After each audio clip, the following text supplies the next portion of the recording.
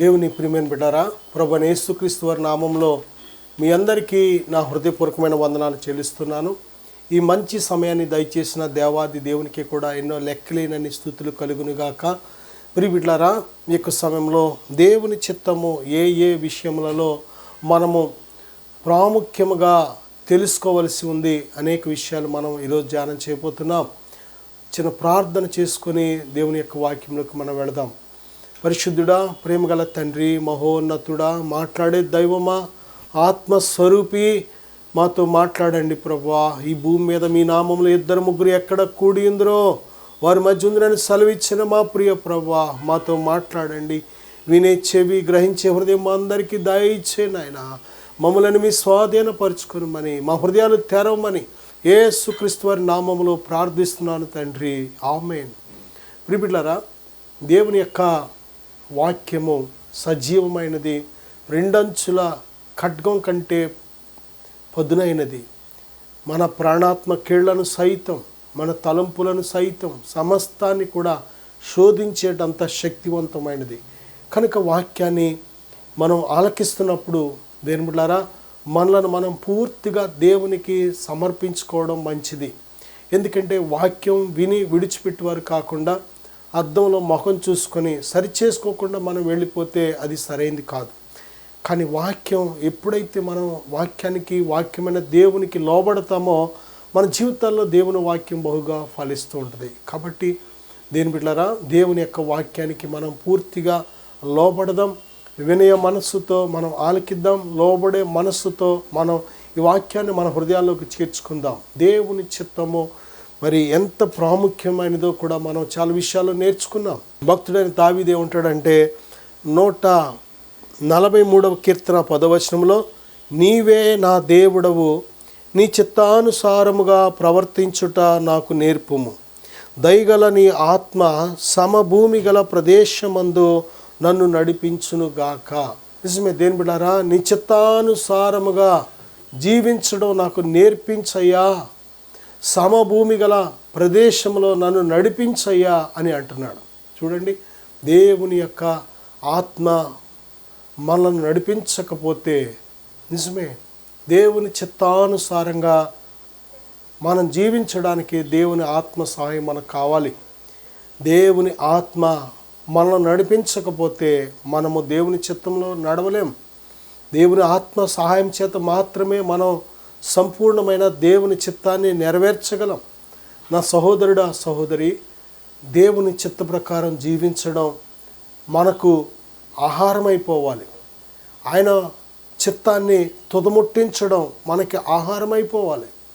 ప్రభువైన యేసుక్రీస్తు వారు చెప్పినట్టు దేవుని చిత్తమే మనకి ఊపిరిగా ఉండాలి. దేవుని చిత్త ప్రకారం మనం జీవిస్తున్నప్పుడు ఏది అడిగినా ఇవ్వడానికి సిద్ధంగా ఉన్న దేవుడు.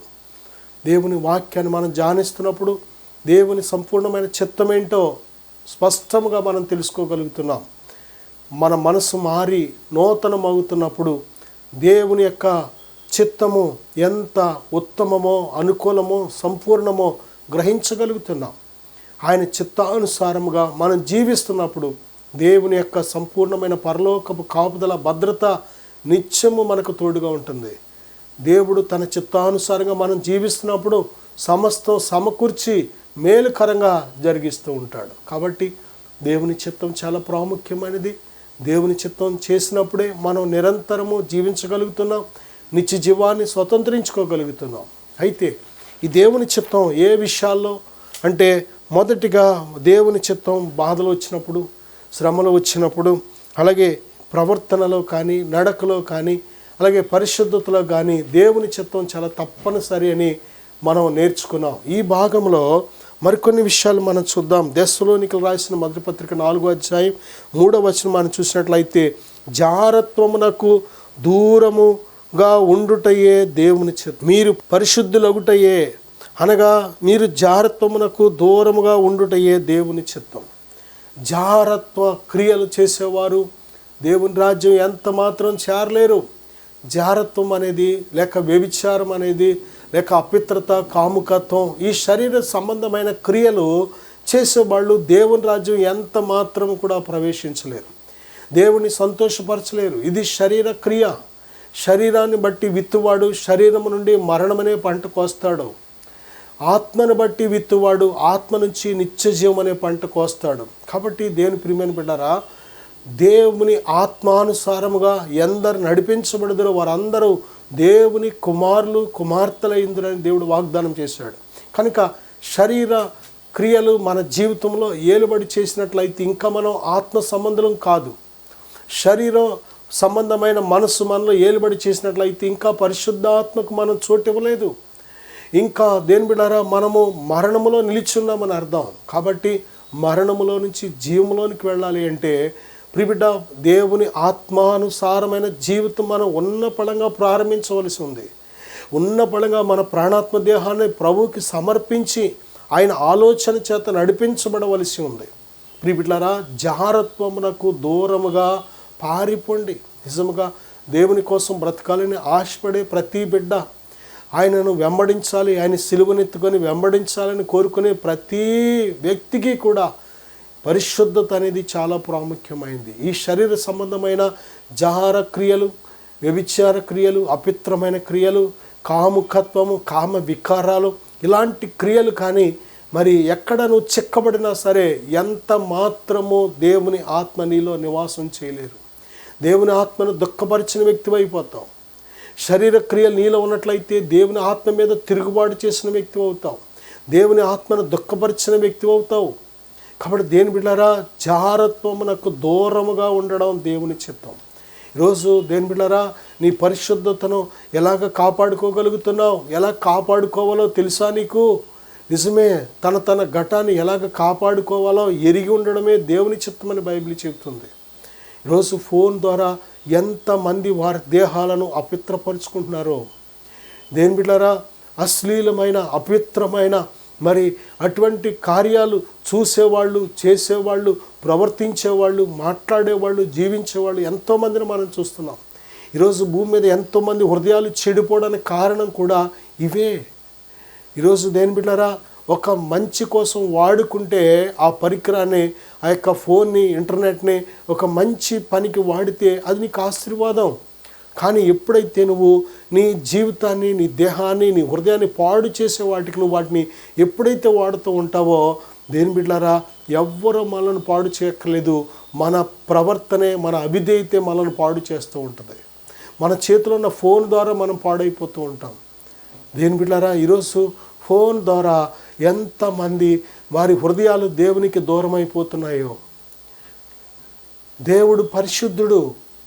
అపవిత్రమైన ఘటాల్లో ఆయన నివాసం చేయలేడు. దేవుని బిడ్డ పరిశుద్ధుడు, పరిశుద్ధాత్మ అనే మాట మనం చూస్తున్నాం. దేవుని ఆత్మ పరిశుద్ధుడు కనుక ఆయన పరిశుద్ధాత్మ అనే మాటను మనం చూస్తున్నాం. ఆయన నామంలోనే పరిశుద్ధత అనే నామాన్ని మనం చూస్తున్నాం. అపవిత్ర ఆత్మ అనే మాట దెయ్యానికి సంబంధించింది. అపవిత్రత అనేది దాని స్వభావం. దెయ్యం స్వభావం అపవిత్ర స్వభావం కనుక దెయ్యం పట్టిన వాడు అపవిత్రమైన ఆలోచనలు, అపవిత్రమైన చూడాలని, అపవిత్రమైన మాట్లాడాలని, అపవిత్రమైన వినాలని, అపవిత్రమైన కార్యాలు చేయాలని ప్రేరేపణ కలగడానికి కారణం ఏంటంటే అది దెయ్యపు ఆత్మది. ప్రియులారా, మోసపోవద్దు. ఈ భూమి మీద ఎన్నో అనేక రకాల దురాత్మలు మనుషులను పట్టి పీడిస్తున్నాయి, భవిష్యత్తును నాశనం చేసేస్తున్నాయి. ప్రియులారా, దెయ్యము మనిషిని అపవిత్రతకు బానిస చేసేస్తూ ఉంటుంది. శరీర కార్యాలకు, కామ వికారమైన కార్యాలకు అది బానిసగా చేసేస్తూ ఉంటుంది, అడిక్ట్ చేసేస్తూ ఉంటుంది. ప్రియులారా, ఫోన్ కాదు అడిక్షను, ఫోన్లో వచ్చే అపవిత్రతకు అడిక్ట్ అయిపోతూ ఉంటాడు, బానిస అయిపోతూ ఉంటాడు. దేని బిడ్డలారా, దేవుడు మనలను తన చేతులతో చేసుకున్నాడు. దేవుని ఆత్మ నివసించే పరిశుద్ధమైన దేవాలయాలుగా, పరిశుద్ధమైన ఘట్టాలుగా దేవుడు మనల్ని చేసుకున్నాడు. నా మందిరము సమస్త జనులకు ప్రార్థనా మందిరం అనబడును, మీరు దాన్ని దొంగల గుహగా చేశారని దేవుడు హెచ్చరిస్తున్నాడు. కారణం ఏంటంటే ఆయన నివసించే దేవాలయం మన దేహం. కొరింథీయులకు రాసిన మొదటి పత్రిక 3వ అధ్యాయం 16 నుంచి చూస్తే, మీరు దేవుని ఆలయమై ఉన్నారనియు దేవుని ఆత్మ మీలో నివసించుచున్నాడని మీరు ఎరుగరా? కాబట్టి ఎవడైనా నీ దేహమును పాడు చేసిన ఎడల దేవుడు వానిని పాడు చేస్తాడు. నా సహోదరుడా, నా సహోదరి, దేవుని చిత్తానుసారంగా బ్రతకడం అంటే పరిశుద్ధతలో బ్రతకడం. నీ చూపుల్లో పరిశుద్ధత ఉండాలి. మోహపు చూపు ఎంత మాత్రం ఉండడానికి వీల్లేదు. అపవిత్రమైన చూపులు ఉండడానికి వీల్లేదు. నీ నోటిలో పరిశుద్ధత ఉండాలి. ప్రిబిడ్డ, అపవిత్రమైన మాటలతోనూ, అపవిత్రమైన వినడంతోనూ, అపవిత్రమైన మాట్లాడడంతో నువ్వు కానీ చేసినట్లయితే దేవుని ఆత్మను గాయపరుస్తున్నావు, దుఃఖపరుస్తున్నావు. నిన్ను బట్టి దేవుని ఆత్మ ఆయన వేదన పడుతూ ఉంటాడు. దేని బిడ్డ, మనం దేవునికి విరోధంగా జీవించి వర్ధిల్లలేం. మనం దేవునికి దూరంగా ఉండి ఏమీ సాధించలేం. మనం ఒకడు లోకమంతా సంపాదించిన తన ప్రాణం పోగొట్టుకుంటే వాడికి ప్రయోజనం లేదు. ప్రిబిడ్డ, పరిశుద్ధులుగా ఉండడానికి దేవుడు మనల్ని పిలుచుకున్నాడు. ఆ పిలుపుకు తగినట్లు మనం జీవించాలి. పరిశుద్ధత అనేది దేని ద్వారా ప్రాథమికమైన ఒక అర్హత లాంటిది. దేవునితో నడవాలి అంటే, దేవుని స్వరం వినాలి అంటే, దేని బిడ్డారా దేవుని ఆత్మను నిత్యము కలిగి మనం జీవించాలి అంటే, దేని బిడ్డారా పరిశుద్ధత, పరిశుద్ధత, పరిశుద్ధత. ఆయన పరిశుద్ధుడు కనుక మనం కూడా పరిశుద్ధంగా ఉండాలి. జారత్వం క్రియలకు దూరంగా ఉండాలి. యోసేపును దేవుడు లాస్ట్ టెస్ట్ పరిశుద్ధతను ఎంతవరకు కాపాడుకుంటాడు? శరీర క్రియల్లో పడిపోతాడా, నిలబడతాడా, నమ్మకంగా ఉంటాడా, అపనమ్మకస్తుడిగా ఉంటాడా అనేది లాస్ట్ టెస్ట్లో పాస్ అయిపోయాడు. దేని బిడ్డ, మంచి యవ్వన వయసులో యోసేపు చాలా భయంకరమైన ప్రశ్నలు టెస్ట్ అన్నమాట అది. ప్రియబిడ్డలారా, ఆ యొక్క యజమానురాలు యోసేపు మీద కన్నేసి దినదినము శోధిస్తూ ఉండేదంట. యోసేపు ఎక్కడ శోధనకు చోటివ్వలేదు, సాతానికి చోటివ్వలేదు, పాపానికి చోటివ్వలేదు. ఎందుకంటే తనలో దేవుని భయం ఉంది. దేవుని ముందు ఇటువంటి ఘోరమైన పాపం నేను మూట కట్టుకోలేనని జారత్వానికి దూరంగా పారిపోయాడు. దేవుడు ఒక వ్యక్తిని హెచ్చించే ముందు, ఆశీర్వదించే ముందు తప్పనిసరిగా ఆయన పరీక్షిస్తాడు. ఆ ఘటం పరిశుద్ధతలో ఉందా లేదా, నీతిలో ఉందా లేదా, విశ్వాసంలో ఉందా లేదా, ఆ యొక్క పరీక్షలో నువ్వు నిలబడాలి. వస్తాయి, శోధనలు వస్తాయి, కానీ జయించాలి. శోధన జయించేవాడు ధన్యుడు అని బైబిల్ చెప్తుంది. ఈ శరీరం మట్టి నుంచి వచ్చింది, మట్టికి పోతుంది. ఈ శరీరాన్ని సంతోషపెట్టడానికి మనం రుణస్థలం కాదు. దేని బిడ్డారా, శరీర సంబంధులు దేవుని సంతోషపరచలేరు. నువ్వు దేవుని ఆత్మకు లోబడినప్పుడే దేవుని సంతోషపరిచే కుమారుడిగా, కుమార్తెగా నువ్వు జీవించగలవు. అందుకే దేని బిడ్డారా, జారత్వమునకు దూరంగా ఉండడం దేవుని చిత్తం. కొలస్సీ పత్రిక 1వ అధ్యాయం 10-11 వచనాలు చూసినట్లయితే, సత్కార్యములో సఫలులవ్వాలి. మనం దేవుని విషయమైన జ్ఞాన విషయంలో అభివృద్ధి చెందాలి. అన్ని విషయములలో ప్రభువును సంతోషపెట్టినట్లు ఆయనకు తగినట్లుగా నడుచుకోవడం దేవుని చిత్తం. మంచి కార్యాలు, సత్కార్యాల్లో సఫలులవ్వాలి. మనం ప్రతిరోజు మంచి పనులే చేయాలి. దేని బిడ్డలారా, ప్రతిరోజు సత్కార్యాలు, కొర్నేలి చేసిన సత్కార్యాలు దేవుని సన్నిధికి వెళ్ళి, దేని బిడ్డలారా మంచి కార్యాలు చేసేవారిగా మనం ఉండాలి. అలాగే దేవుని గురించిన జ్ఞాన విషయంలో అభివృద్ధి చెందాలి. దేవుని గురించిన జ్ఞానం ఎప్పుడు నీలో అభివృద్ధి చెందుద్ది? దేవుని గురించిన జ్ఞానం ఎప్పుడు నువ్వు పొందుకుంటావు? దేవుని వాక్యాన్ని దివారాత్రమును ధ్యానించినప్పుడు. వాక్యము మహాజ్ఞాన గ్రంథం. దేని బిడ్డారా, వాక్యములో ఈ భూమి మీద ఎవ్వరు ఇవ్వలేనంత గొప్ప జ్ఞానం ఒక్క ఈ భూలోకానికి సంబంధించిందే కాదు, పరలోకానికి సంబంధించిన జ్ఞానం కూడా మనం పొందుకోగలం. ఒక్క శరీరానికి సంబంధించిందే కాదు, ఆత్మకు సంబంధించిన జ్ఞానం కూడా మనం పొందుకోగలం.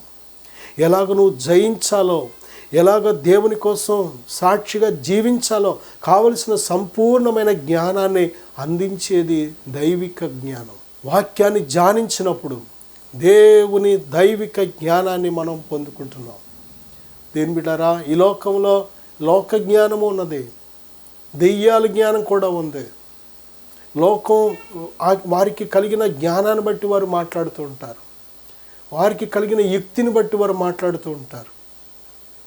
దెయ్యాలు ఏ విధముగా హత్యలు చేయాలి సీక్రెట్గా, ఏ విధముగా వ్యభిచారం చేయాలి, ఏ విధముగా మోసం చేయాలి, ఏ విధంగా మోసం చేయాలి, ఏ విధముగా అబద్ధాలాడి తప్పించుకోవాలి, ఇది దెయ్యాల జ్ఞానం.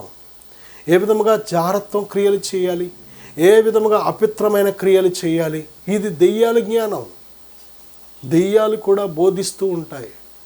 జీవితాన్ని ఎలా పాడు చేసుకోవాలి, ఒక వ్యక్తిని ఎలా చంపాలి, ఒకరిని ఎలా మోసం చేయాలి, ఏ విధమైన మాటలతో, ఏ విధమైన క్రియలతో మోసం చేయాలి, ఒక కుటుంబాన్ని ఏ విధంగా మొక్కలు చేయాలి, ఒక కాపురాన్ని ఏ విధంగా మొక్కలు చేయాలి. ఇది దెయ్యాల జ్ఞానం. దేని బిడ్డలారా, దెయ్యాలు కూడా జ్ఞానాన్ని ఇస్తూ ఉంటాయి. కానీ ఆ జ్ఞానం పూర్తిగా నీ జీవితాన్ని, నీ దేహాన్ని, నీ ప్రాణాన్ని, నీ ఆత్మను చెరిపివేసే జ్ఞానం. మనకు దేవుని జ్ఞానం కావాలి. దేవుని జ్ఞానంలో నువ్వు వర్ధిల్లాలి. ఇది దేవుని చిత్తం. నా సహోదరుడా, మంచి కార్యాల్లో సఫలమవ్వాలి. అలాగే దైవిక జ్ఞానంలో నువ్వు వర్ధిల్లాలి. ప్రభువును సంతోషపెట్టినట్లు, ఆయనకు తగినట్లుగా నడుచుకోవాలి. నిజమే దేని బిడ్డారా, మనం ప్రభువుని సంతోషపెట్టే బిడ్డలుగా ఉండాలి. నా సహోదరుడా, సహోదరి, మనము మనల్ని సంతోషపెట్టుకోవడం కాదు. త్రాగుడుకు బానిస అనే వ్యక్తి తనను తాను సంతోషపెట్టుకోవడమే చూసుకుంటాడు. అయ్యో, ఇంటి దగ్గర భార్య తిన్నదా లేదా, బిడ్డలు తిన్నారా లేదా, బిడ్డల భవిష్యత్తు ఏంటి, స్కూల్కి ఫీజు కట్టాలేమో, వారికి ఏదైనా ఏమి కావాలో వాటిని సమకూర్చాలేమో, వారికి ఆ ఏమీ ఉండదు. కారణం ఏంటంటే మొదటిగా అప్పో సప్పో. దేని బిడ్డారా, ముందు వాడిని వాడు సంతోషపరచుకోవడానికి చూస్తూ ఉంటాడు. దేని బిడ్డారా, ఒకరినొకరు సంతోషపెట్టుకునే మనసు. భార్య భర్తను ఎలా సంతోషపరచాలి, భర్త భార్యను ఎలా సంతోషపరచాలి, పనివారు యజమాని ఎలా సంతోషపరచాలి. చాలా రకాలు, ఒక్కొక్కరు ఒక విధమైన ఎవరిని ఎలా సంతోషపరచాలో ఆలోచిస్తూ ఉంటారు. కానీ నిజమైన దేవుని చిత్త ప్రకారం బ్రతికే వ్యక్తి నా దేవుణ్ణి ఎలా సంతోషపరచాలి అని చూస్తూ ఉంటాడు. నన్ను సృజించిన దేవుడు, నాకు ప్రాణం ఇచ్చిన దేవుడు, నాకు ఆత్మనిచ్చిన దేవుడు, ఈ దేహం ఇచ్చిన దేవుడు, ఈ జీవితాన్ని ఇచ్చిన దేవుడు నన్ను బట్టి సంతోషించాలి. దేవుడు నేను ఎలాగా ఏమి చేస్తే సంతోషిస్తాడని దేవుని చిత్తం కోసం వెతికేవాడిగా ఉంటూ ఉంటాడు. మనం ఎలాగున్నాం? దేని బిడ్డలారా, దేవునిని సంతోషపరిచే బిడ్డలుగా ఉన్నామా, లేకపోతే కేవలం మనలను మనం సంతోషపరచుకొని ఒకరినొకరు మనుషులను సంతోషపరచుకునే బిడ్డలుగా ఉన్నామా? నా సహోదరుడా, సహోదరి, ఎఫెసీ పత్రిక 1వ అధ్యాయం 5-6 వచనాలు కానీ మనం చూసినట్లయితే, యేసుక్రీస్తు ద్వారా తనకు కుమారులనుగా స్వీకరించడం దేవుని చిత్తమైనదని బైబిల్ చెబుతుంది. తన చిత్త ప్రకారమైన దయా సంకల్పము చొప్పున యేసుక్రీస్తు ద్వారా తనకు కుమారులనుగా స్వీకరించుటకై మనలను ముందుగా తన కోసము నిర్ణయించుకొని, మనము తన ఎదుట పరిశుద్ధులమును నిర్దోషులమునై ఉండవలనని జగత్తు పునాది వేయబడక మునిపే ప్రేమ చేత ఆయన క్రీస్తులో మనలను ఏర్పరచుకొనెను. నిజమే దేవులారా, ఆదాము దేవునికి కుమారుడు అని బైబిల్ చెప్తుంది. కానీ ఆదాము చేసిన అవిధేయతను బట్టి, ఆదామే కాదు, ఆదాము నుంచి వచ్చిన భూమి మీదన సమస్త మానవాళి కూడా దేవుని కుమారుడు అనే ఆ యొక్క అధికార, దేవుని కుమారుడు అనిపించుకునే ఆ యొక్క ప్రత్యేకమైన స్థానం నుంచి గెంటివేయబడ్డాడు, పోగొట్టుకున్నాడు. ఆదాముని దేవుడు ఏదేని తోటలోంచి ఎప్పుడైతే గెంటివేశాడో, ఆదాము గర్భములో ఉన్న మనలను కూడా గెంటివేసినట్టే లెక్క. నా సహోదరుడా, సహోదరి, ఈరోజు మనం తండ్రి అనడానికి యోగ్యత లేనివారు. బైబిల్ చెప్తుంది, ఒక చోట ప్రభు అంటారు కదా, సర్పములారా, సర్ప సంతానమా, నరక శిక్షను మీరు ఎలాగ తప్పించు అనే మాటను మనం చూస్తున్నాం. ఎందుకని ప్రభు ఆ మాట వాడవలసి వచ్చింది? సర్పము మోసపుచ్చింది కనుక, సర్పము చెప్పిన అబద్ధాలు మానవుడు నమ్మాడు కనుక, దేవుడు చెప్పిన సత్యాన్ని మానవుడు నమ్మలేదు కనుక, సర్పానికి హృదయంలో చోటు ఇవ్వడం వలన, సర్పం చెప్పిన పనిని చేయడం వలన, దేవుడు చెప్పిన మాటను వినకపోవడం వలన మానవుడు పూర్తిగా సాతాను స్వభావాన్ని ధరించేసుకున్నాడు. సర్ప స్వభావం మానవునిలో ఈరోజు ఉన్న వ్యభిచార మనసు సర్ప స్వభావం, త్రాగుడు సర్ప స్వభావం, నీ దేహాన్ని అపిత్రపరుచుకునే ఏ కార్యమైన సర్ప స్వభావం. అది దొంగతనం సర్ప స్వభావం, అబద్ధం సర్ప స్వభావం, వ్యభిచారం సర్ప స్వభావం, మోసం సర్ప స్వభావం, తిరుగుబాటు సర్ప స్వభావం. సాతాను స్వభావం. నా సహోదరుడా, సహోదరి, ఒక్కసారి మనం ఆలోచన చేయాలి. హృదయము నిండి ఉండి దానిని బట్టే నోరు మాట్లాడుతుంది, కళ్ళు చూస్తాయి, చేతులు పని చేస్తూ ఉంటాయి. హృదయం ఎప్పుడైతే సాతాను స్వభావంతో, దుర్గుణాలతో నిండిపోయిందో మానవుని ప్రవర్తన అంతా కూడా చెడిపోయే ఉంటుంది. అందుకే ప్రతి మనిషి కూడా పాపము చేసి దేవుడు అనుగ్రహించి మహిమను పొందలేకపోతున్నాడు. అందరూ అంతటా పాపము చేసి దేవుడు అనుగ్రహించి మహిమను పొందలేకపోతున్నారు. నీతిమంతుడు ఒక్కడో లేడు, దేవుణ్ణి వెతుకువాడు ఒక్కడో లేడు. అందరూ త్రోవ తప్పి ఏకముగా పనికి మాలిన వారైరి అని స్పష్టంగా లేఖనాలు చెప్తున్నాయి. నోవహు కాలంలో ఈ తరం వారిలో నీవే నా ఎదుట నీతిమంతుడు అని దేవుడు చెప్పాడు. కానీ ఈ తరములో చూస్తే ఒక్కడు కూడా లేడని వాక్యం సెలవిస్తుంది. నా సహోదరుడా, సహోదరి, డబ్బున్న వాళ్ళు ఉన్నారు, గొప్పవాళ్ళు ఉన్నారు, తెలివైన వాళ్ళు ఉన్నారు, ఎంతో అందచందాలు కలిగిన వారు ఉన్నారు, జ్ఞానవంతులు ఉన్నారు, అధికారులు ఉన్నారు. కానీ నీతిమంతులు లేరు. నీతిమంతుడు ఒక్కడో లేడు. అందరూ పాపం చేసి దేవుడు అనుగ్రహించి మహిమను పొందలేకపోతున్నారని వాక్యం మన మీద, దేని బిడ్డలారా, మన యొక్క స్థితి ఎలాగుందో చూపెడుతుంది, మన కళ్ళకు కట్టినట్టు.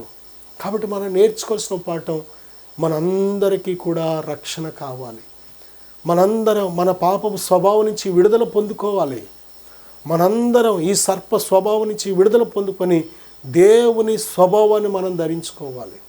దేవుడు తన దైవిక స్వభావంలో మనలను పాలుపంపులు చేస్తున్నాడు. మనలను పాలిభాగస్తులుగా చేస్తున్నాడు. తన పరిశుద్ధాత్మను మనకు అనుగ్రహించడం ద్వారా తన దేవ స్వభావంలో మనలను కూడా పాలిభాగస్తులుగా చేస్తున్నాడు. దేని ప్రియమైన బిడ్డలారా, ఈరోజు మనం నేర్చుకోవాల్సిన సత్యం ఏంటో తెలుసా? మొదటిగా జారత్వానికి దూరంగా ఉండడం దేవుని చిత్తం. రెండవదిగా సత్కార్యాలు కలిగి ఉండాలి, దేవుని గురించిన జ్ఞానం కలిగి ఉండాలి.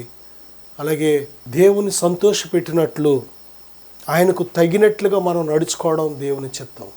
అలాగే ప్రభువైన యేసుక్రీస్తు అనే దేవుని అద్వితీయ కుమారుని ద్వారా మనం అందరం కూడా మళ్ళీ తిరిగి పరలోకపు తండ్రికి కుమారులుగా, కుమార్తెలుగా మనం దేవునితో సహవాసం, సమాధానం కలిగి ఉండడం దేవుని చిత్తం. ఈరోజు దేవునితో నీకు సమాధానం ఉందా? దేవునితో సహవాసం చేయగలుగుతున్నావా? దేని ప్రియబిడ్డలారా, మోసపోవద్దు. కేవలం చర్చికి వెళ్ళాను, వచ్చాను, కేవలం దేని బిడ్డ మనసులో ప్రార్థన చేసుకుంటున్నాను, మోసపోవద్దు. దేవునితో నువ్వు సమాధానంగా ఉండాలి. దేవునికి నీకు అడ్డుకున్న ప్రతిదీ మొదటిగా కూల్చబడాలి. ఆయన రక్తంతో కడగబడాలి. విరిగి నలిగిన హృదయం దేవునికి ఇష్టమైన బలి. నూతన జన్మ అనుభవం లేకుండా ఒకడు నీటి మూలముగాను ఆత్మ మూలముగాను జన్మించితేనే కానీ వాడు దేవుని రాజ్యం చూడలేడు. దేవుని కుటుంబంలో పాలిభాగస్తుడు కాలేడు. దేవుని దైవిక స్వభావంలో పాలిభాగస్తుడు కాలేడు. మొదటిగా ఒక మనిషి, దేని బిడ్డలారా, మొట్టమొదటిగా ఒక మనిషి నూతనంగా జన్మిస్తేనే కానీ ఆత్మ సంబంధమైన ప్రపంచంలో ఏమాత్రము కూడా విజయాన్ని సాధించలేడు. అందుకే మొదటగా మనం దేవునితో సమాధాన పడాలి. నీకోసమే దేవుడు తన అద్వితీయ కుమారుని లోకాన్ని పంపించాడు. నిన్ను దేవునితో సమాధానపరుచుకోవాలనే మనము చేసిన పాప దోషములన్నిటి నిమిత్తం తన కుమారుడైన ప్రభువైన యేసుక్రీస్తు వారిని శిలువ మీద బలియాగం చేసి, ఆయన దేవుడు కనుక మన కోసం ప్రాణం పెట్టి చనిపోయిన, సమాధి చేసేసిన మూడో దినాన తిరిగి లేచాడు. నా సహోదరుడా, సహోదరి, యేసుక్రీస్తు ప్రభువారు నిన్న నేడు నిరంతరము ఏకరీతిగా ఉన్నాడు. ఆయన పునరుద్ధరణుడిగా ఉన్నాడు.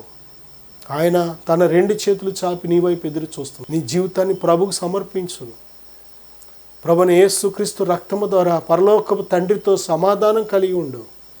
ప్రభు ఇచ్చే నెమ్మది, సంతోషం అనుభవించు. గలతీ పత్రిక 1వ అధ్యాయం 4వ వచనం చూస్తే, మన తండ్రి అయిన దేవుని చిత్త ప్రకారము క్రీస్తు మనలను ప్రస్తుతపు దుష్టకాలములో నుండి విమోచింపవలనని మన పాపము నిమిత్తము తన్ను తాను అప్పగించుకున్నాడు. దేని బిడ్డలారా, ప్రస్తుతపు దుష్టకాలము నుంచి మనం విడిపించబడమే దేవుని చిత్తం. మనలను పరలోకపు తండ్రి తనతో సమాధానపరుచుకోవాలనుకున్నాడు. కనుకనే ప్రభువుని శిలువ మీద మరణానికి అప్పగించడానికి కూడా తండ్రి వెనుకాడలేదు. ఆయన నిన్ను ఎంత ప్రేమిస్తున్నాడో బైబిల్ చెప్తుంది. శాశ్వతమైన ప్రేమతో నిన్ను ప్రేమిస్తున్నాడు ఆయన. కనుకనే విడువక నీ ఎడల కృప చూపుతున్నాడు. దేవుడు లోకమును ఎంతో ప్రేమించెను కాగా ఆయన తన అద్వితీయ కుమారునిగా పుట్టిన వాని యందు విశ్వాసముంచు ప్రతివాడు నశింపక నిత్య జీవము పొందినట్లు ఆయనను అనుగ్రహించాడు.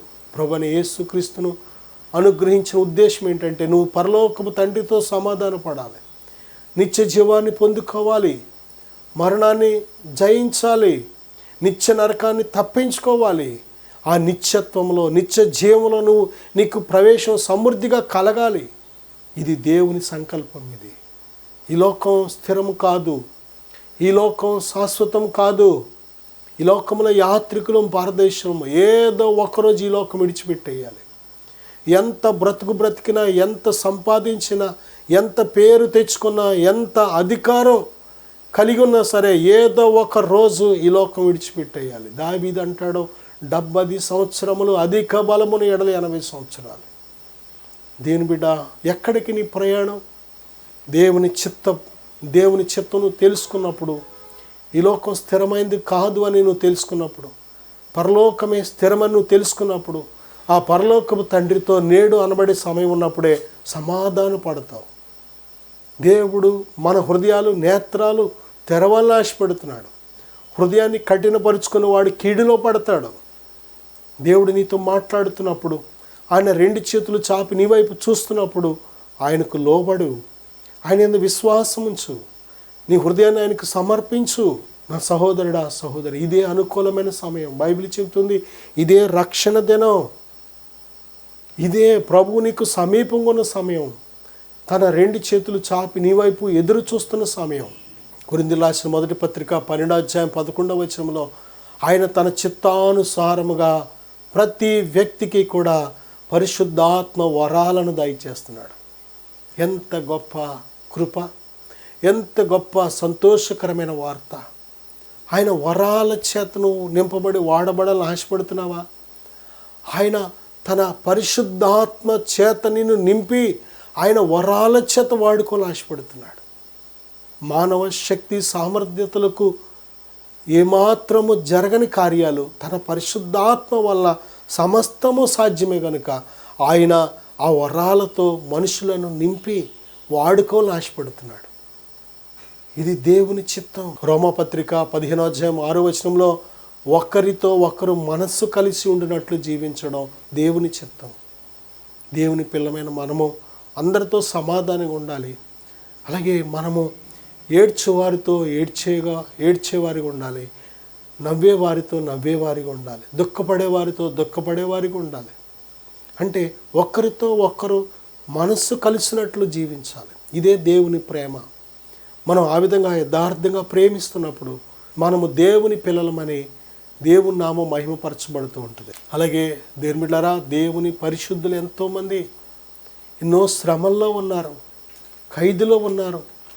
దేవుని పిల్లల కోసం మనం ప్రార్థన చేయాలి, ఒకరి కోసం ఒకరు విజ్ఞాపన చేయాలి. ఇది దేవుని చిత్తం. మనం అందరం కూడా ప్రభువైన యేసుక్రీస్తునందు విశ్వాసం ఉంచి నిత్య జీవం పొందాలి. ఇది దేవుని చిత్తం. యోహాను సువార్త 6వ అధ్యాయం 41 వచనంలో చూసినట్లయితే మనం అందరము నిత్య జీవం పొందాలి. మనలో ఏ ఒక్కరు నశించడం దేవుని చిత్తం కాదు. మన కుటుంబాలు సైతం, మన చంటి పిల్లలు సైతం, వృద్ధులు సైతం అందరూ రక్షణ పొందాలని దేవుడు ఆశిస్తున్నాడు, ఆజ్ఞాపిస్తున్నాడు. నేను మీకోసం చిన్న ప్రార్థన చేస్తాను. విశ్వాసంతో ఎక్కివిద్దాం. పరిశుద్ధుడా, ప్రేమగల తండ్రి, మీ చిత్తము నాయన ఏ విషయాల్లో ప్రాముఖ్యంగా మేము గ్రహించాలో నాయన మీరు మాకు బోధించినందుకు వందనాలు. ప్రతి నిర్ణయములో, ప్రతి అడుగులో, ప్రతి మాటలో నాయన, ప్రతి చూపులో నాయన, ప్రతి విషయంలో, ప్రతి స్థలములో, ప్రతి సమయంలో మీ చిత్తం మా జీవితాల్లో నెరవేరాలని కోరుతున్నావు ప్రభువా. యేసుక్రీస్తు వారి నామములో అడుగుచున్నాను తండ్రి, ఆమేన్. God bless you.